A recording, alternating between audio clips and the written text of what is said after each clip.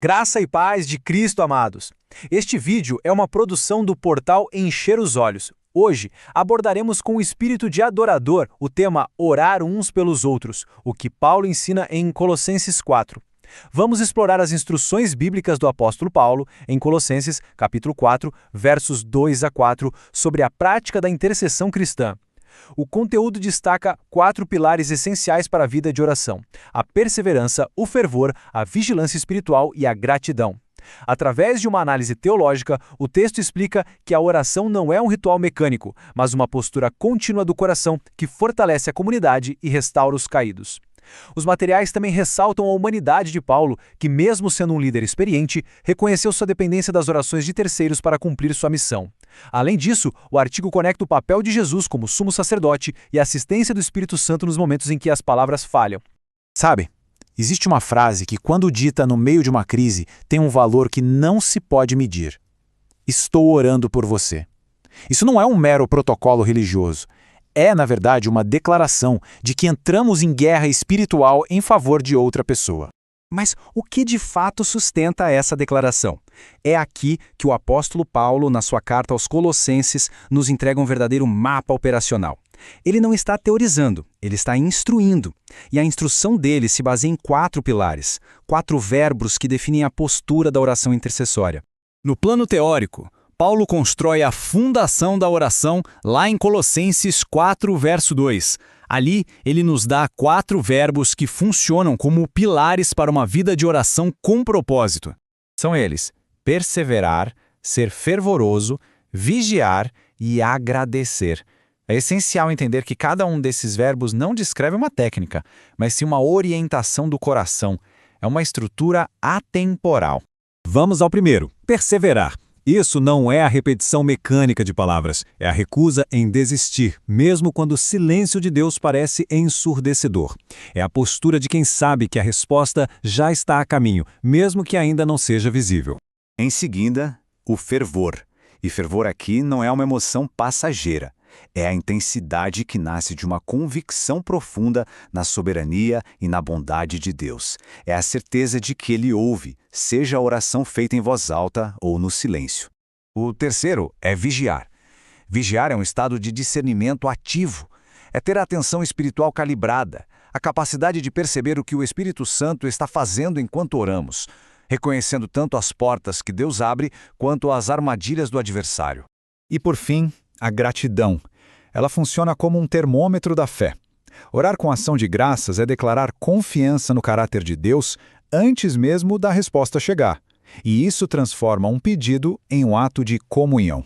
A aplicação prática nos mostra que essa estrutura não era apenas para a igreja, mas para o próprio apóstolo. Paulo, o gigante da fé, revela aqui a sua própria necessidade de oração, a sua própria vulnerabilidade.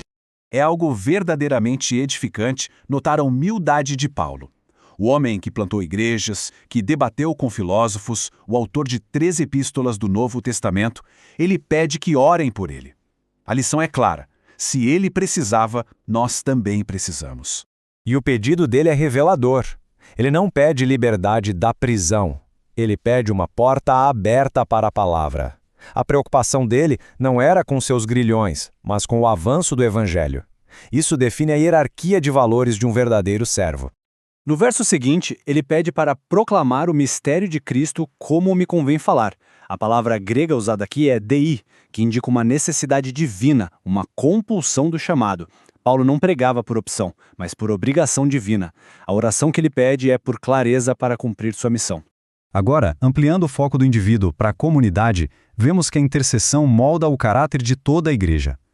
A oração mútua nos ensina a agir com o coração de Cristo, especialmente diante da falha de um irmão. Existe uma diferença fundamental entre sentenciar e restaurar. Sentenciar é fácil, exige apenas julgamento e distância. Restaurar é difícil, exige humildade, tempo e, acima de tudo, oração. Esse princípio está ancorado em Gálatas capítulo 6, verso 1. O chamado é para restaurar com mansidão, lembrando da nossa própria fragilidade. Cristo chorou por Jerusalém antes de profetizar sua queda. A primeira reação de um coração espiritual diante do erro alheio não é a pedra, mas a oração.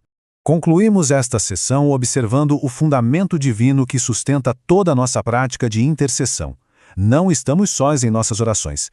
Temos garantias celestiais. Romanos 8 nos assegura que, quando as palavras nos faltam, quando a dor é tão profunda que não conseguimos formular uma frase, o próprio Espírito Santo intercede por nós com gemidos inexprimíveis. Não é preciso eloquência, apenas entrega. E temos Jesus, nosso sumo sacerdote. Ele intercede por nós não com um distanciamento, mas com a memória de sua própria experiência humana. Ele foi tentado em tudo, mas sem pecado. Ele conhece a nossa dor. Nossa intercessão é uma extensão terrena do seu ministério celestial. Para mais conteúdo edificante como este, visite o portal Encher os Olhos. Curta e compartilhe este vídeo para fortalecer outras vidas com esta mensagem. Você chegou até aqui esperando encontrar técnicas de oração. E encontrou.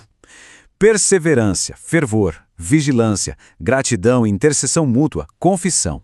Mas o maior ensinamento de Colossenses 4 não é sobre como orar, é sobre por que orar uns pelos outros transforma quem intercede tanto quanto transforma quem é intercedido. Paulo, o homem que mais escreveu sobre graça no Novo Testamento, era também o homem que mais precisava de oração. O apóstolo que ensinou o mundo a orar era o mesmo que, acorrentado numa prisão romana, dependia das orações de uma pequena comunidade em Colossos para encontrar as palavras certas. A oração não é o que fazemos quando não há mais nada a fazer. É a primeira coisa que deveria acontecer e a última que deveria parar. Que este conteúdo ajude a encher seus olhos com o que é eterno e que Deus lhe abençoe e guarde de todo o mal.